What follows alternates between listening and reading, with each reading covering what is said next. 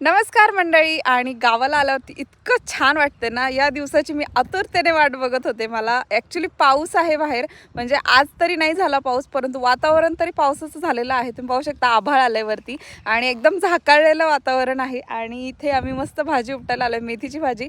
Actually आज मेथीची भाजी खाल्लेली आहे आणि जेवणामध्ये भाकरी होती.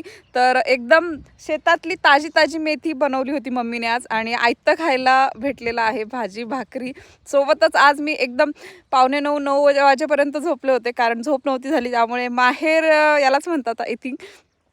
तर आता भाजी उपटू लागायचे, दादाला भाजी घेऊन जायचे वडझीलला.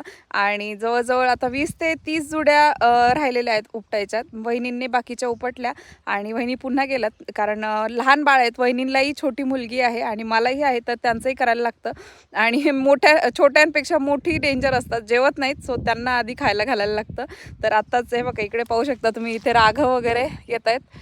आणि राघवसाठी तर खूप म्हणजे वेगळाच अनुभव आहे हा. काहीही घेतो, काहीही काढतो, काहीही चालू असतं त्याचं, आणि खूप मजा करतोय. तुमच्यासोबत मी आता छोट्या छोट्या त्याचे व्हिडिओ शेअर करणार आहे. तर भेटूयात नेक्स्ट छोट्या ब्लॉगमध्ये, छोट्या शॉर्टमध्ये.